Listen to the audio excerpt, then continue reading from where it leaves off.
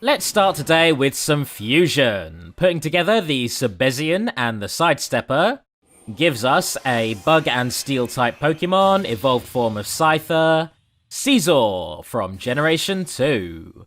Weak to fire, doubly so.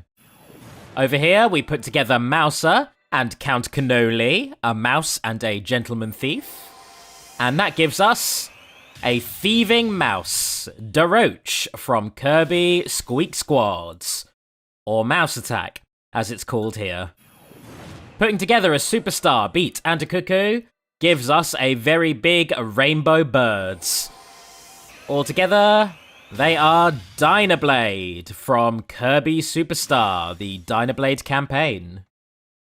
And next up, putting together 9 volts and also a Labrador Retriever gives us a dog who is also a DJ, DJ KK, from Animal Crossing. He can be enhanced, which is cool. Putting together the Centurions and one of the Cupids, we are able to create the original Kid Icarus in his NES incarnation, the original Pits.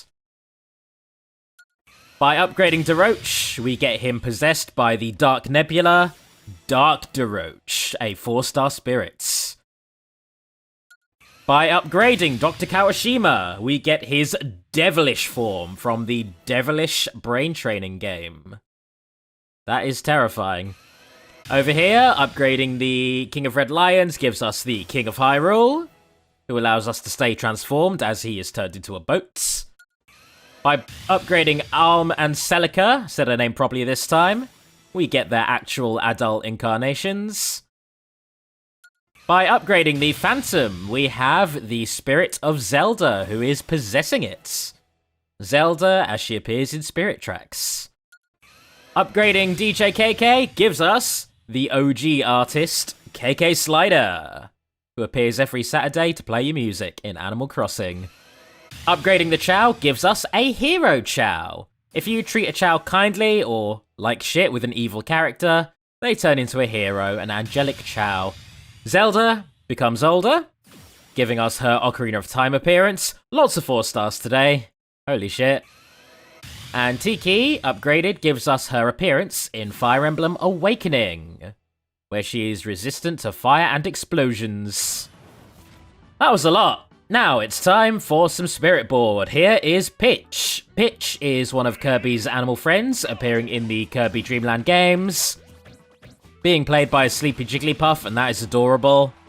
Yeah, the Fletchling also appears in to represent how Pitch is just a cute little burb who pecks you.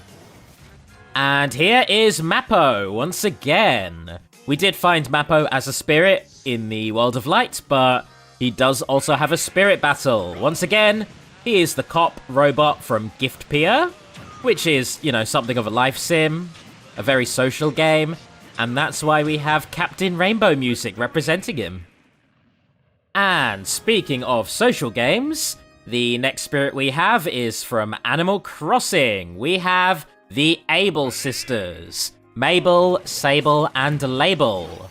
The 3 of them are all hedgehogs, hence the Sonic, and the 3 of them all run the town's tailor, so they essentially make clothes for you. It is their penchant for using sewing needles that translated to them all having a drill at the beginning of this fight. Because I guess a drill is sort of kind of a little bit like a sewing needle, but bigger and more devastating. But anyway, this particular fight is quite a tricky one, because as with any Smash Bros. Battle where you have multiple enemies, they tend to hive minds. It's very, very easy to get juggled by these 3 Sonics, so you have to keep that in mind as you play. Also, you know, throw my hands up, I'm not great as Isabelle. In fact, any Isabelle mains who've been watching this LP have probably been dying inside watching me, but, you know. She's a very technical character. She takes a very specific level of skill and patience, which I generally do not exhibit when I play video games. Ever. So, yeah. Anyway, This is a pretty standard fight. It just goes on quite a bit just by the nature of how difficult it is. You know what? Something I never knew about this stage, by the way. This Smashville stage. That clock tower that was in the background not too long ago actually does display the real time. So, there you go. A little insight into when I record this LP. Now, whether that was AM or PM, that's for you to decide. So, here we have the Master Edges from Super Smash Bros. 4. In Smash Bros. 4, after defeating Master Hand at a high enough difficulty, he would begin to horrifyingly transform into multiple forms. There was a giant, there were these blades, there was a beast, and there was a giant fortress before he eventually revealed his true form, which is just a Smash Ball. So, yeah, it was interesting, it was incredibly difficult, and this particular fight is really getting across how very difficult the master fights were. With these 4 clouds basically ripping you to fuck if you give them so much as an opening to do so. I mean, you know, it makes sense. This is a Super Smash Bros. Final boss we're fighting right here, so it's only fair that they make them incredibly potent. And it's also one of the few spirits in this game that's played by clouds. They kind of neglect Cloud quite a lot for casting as spirit vessels, so to speak, so yeah. Anyway, this particular fight is the closest it's been in quite a while. This took me many attempts, and also it's the spirit board, so if you fail at this oh so many times, you then have to start paying to try it again. But yeah, thankfully, just in the nick of time, get out that final smash. Hell to the yes. Here is Cresselia. Cresselia, introduced in Generation 4, is a Psychic-type legendary. And unlike Mewtwo, who is more of a glass cannon, Cresselia is very defensive. As a Pokemon, Cresselia is essentially a Pokemon that represents dreams, and that is why it is a good counterpart to Darkrai, a Pokemon who represents nightmares. In fact, any in-game reference to Darkrai from a lore perspective usually mentions Cresselia or Cresselia's lunar wing in some regard, so yeah. Cool Pokemon. And here is Princess Shakura from Wario Land 4. In Wario Land 4, you befriend a small black cat, and this little black cat guides you throughout your adventure, and also transforms into a shopkeeper.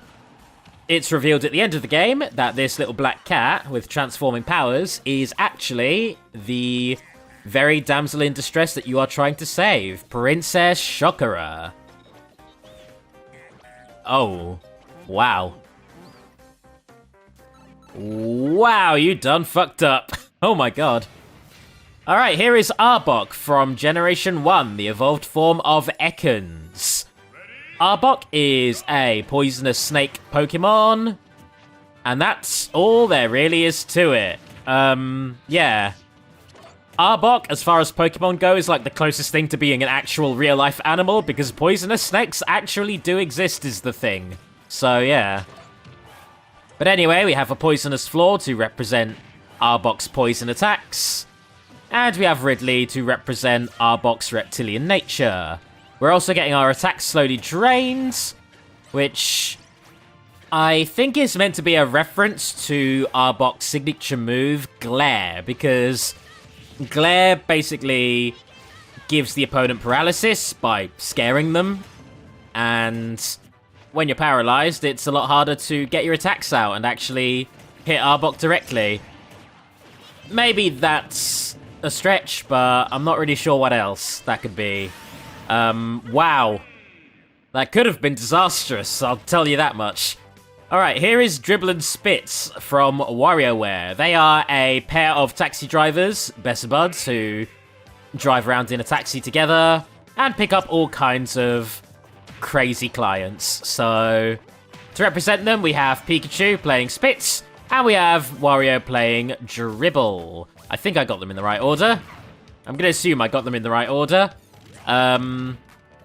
yeah, this particular fight just has Wario riding around on his bike at high speeds to represent the fact that their taxi can literally go into hyperspeed and fly into space. Like, casually so. So, yeah. Anyway, that's that fight. Nice and simple.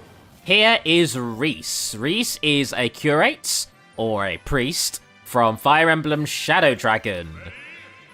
So, the priest class is one that has very, very low defense and health, but can dish out healing, which makes them quite a necessary class to have in your loadouts. Sadly, they can't heal themselves, so uh-oh, get dunked. And here is the best video game character ever made, Waluigi. Created by Camelot for the Mario sports games to serve as Wario's doubles partner, Waluigi is an enigma of a video game character, and honestly, it is crying shame that he's not actually in Smash as a playable fighter, because he would serve as a very good rep for all of the Mario sports games. As a character, he is just goddamn weird. He's got this, like, Dick Dastardly, Snidely Whiplash thing about him. But also, he's just a weird, lanky Luigi, so, yeah. Bizarre. Here is a fairy bottle. In the Legend of Zelda series, if you fill up an empty bottle with a fairy, then when you get taken down to, well, death, when you lose all of your hearts, you will be automatically healed and brought back to life with the fairy. That's what just happened there. And here is Lil Blue. Lil Blue is the main protagonist of the Game Boy Color game, Chi Alien. I would love to tell you what the hell that game entails, but here's some footage from it. Do you have any earthly fucking clue what is happening? Because I don't. It's not in English, it's not translated, and I feel like even if it was, I still wouldn't know. Anyway, here is the hero of the Glory of Heracles series. In said series, you don't actually play as Heracles, he is but a party member. And this is your protagonist, an amnesiac knight who is something of a blank slate, so you, the player, can project yourself onto him. Anyway, he done skis. And here we have a Mega Man Star Force Spirit, Geostellar and Omega-Xis. Set 200 years after the Mega Man Battle Network series, the Star Force series stars Geo, a 5th grader, and Omega-Xis, an electromagnetic alien. The two of them team up and can fuse together to make Star Force Mega Man. God, that series goes to weird places. So here is Mia. Mia, from Golden Sun, appears in the first 2 games. She is a Mercury adept, having an affinity for water. Hence the Delfino Plaza stage. And there she goes. This is Telly, as he appears in Chibi Robo Ziplash. Nearly every single Chibi Robo game will have a character named Telly who serves as your advisor, but this is the Ziplash incarnation, where he is designed to look like something of a space robot. Anyway, for this particular stage, you have Pac-Man playing Telly, you have loads of items spawning in, and you also have an actual television in the background, because, you know, makes sense. On top of that, the fact that we're playing on the Nintendo stage is representative of how Chibi Robo is very, very small. And here, we have Tap Tap, a character who is deceptively hard to beat despite being only a novice spirit. Tap Tap is an enemy from the Yoshi games who is made of metal and is therefore very, very hard to beat. So, you know, to translate that into Smash, we have a Pac-Man who is made of metal and is very hard to beat. So yeah, this battle can be quite an arduous one. I will say about it, on a positive note, it gets Tap Tap across. You know, it does get Tap Tap across, but it does not make for the most exciting of viewings. So yeah. The real kicker is he doesn't even do much damage to you, so you will inevitably rack up a shitload of damage on him, and If you can't pull off a meteor smash or any kind of slam dunk, you're going to be at this a while. Yoshi can. I'm just not very good with Yoshi's forward air meteor smash. So yeah. So bear with my bollocks for a moment. I'm going to be here for a bit, just dunking on this 250% Pac-Man who does not want to die. God damn it. Just... There we are. No, we're not. Never mind. Disregard that. Alright, come on. We're at 300 now. This is the point of sudden death. Come on. Oh, Jesus. There we are. Got him eventually. Alright, this is La Rochelle, a traveling troubadour who you meet in Fire Emblem The Sacred Stones. She travels across the land fighting off undead with her partners, Reynolds, the sarcastic thief being played by Sheik, and Dozler, the berserker, being played by Wario. The three of them kind of serve as a comedy trio with a funny song playing anytime you meet them, and them being completely oblivious to your plights, generally. But later in the game, you can have them on your team as recruits, and they're all pretty goddamn potent. Maybe not so much, you know, Renault and Dozler, because they're already promoted, but La Rochelle, being a troubadour who can upgrade into, like, a Valkyrie. Yeah, she's really goddamn good, especially against undead enemies. And that is that. Here we have Agatha, the creepy bug girl from Legend of Zelda Twilight Princess. Here's another spirit, which I'm pretty sure I've already acquired, probably through summoning, but here we are with the proper battle. For this fight, we have Peach playing Agatha, and Bayonetta, who herself is tied to a demonic butterfly goddess, is representing Agatha's bug collection, i.e. her butterflies. And on top of that, we also have the bees. The goddamn bees that have become so much more of a infamous figure since Animal Crossing New Horizons came out. I do not look forward to a future installment of Smash where we end up seeing tarantulas from Animal Crossing. That will be my breaking point. I will not be able to handle that. That will freak me to fuck out. So, this actual fight could be quite an annoying one, especially with all the bees flitting in and stinging. And yes, they sting through shields, so the key is to just flat out avoid them if you aggro them. And there we go. Here are the Fronks. Fronks are a bunch of cute little aliens from the WarioWare series. Yeah, they're being played by a bunch of little Pichus, and those voices, though. That is so goddamn cute. Actually, that is kind of what the Fronks sound like, so that might be part of the reason we're fighting these little Pichus right now. That said, they are just weird little aliens, and they're not really a threat at all, so for this particular fight, it's kind of hard to lose. They don't even hit you that hard if they do hit you, so goodbye, Fronks.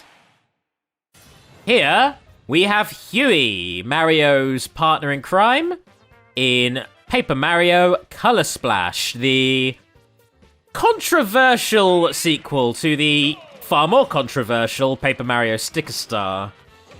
So, in Color Splash, you would go around as Paper Mario, trying to restore color to the world as it was being drained. And Huey was your ally, helping you in that endeavor. So for that reason, we have all of the Inklings with their ink flying everywhere, filling the stage with color. I'd say maybe this stage would have worked a little better, or this fight would have been a bit better if it was on the Paper Mario stage, but you know, it's fine. Point still made. Here is Necrozma. Necrozma is... how do I describe it? It's a legendary Pokemon introduced in Generation 7, and it serves as the main antagonist of Pokemon Ultra Sun and Ultra Moon. It came from a different universe, and it aims to drain the universe of all of its light.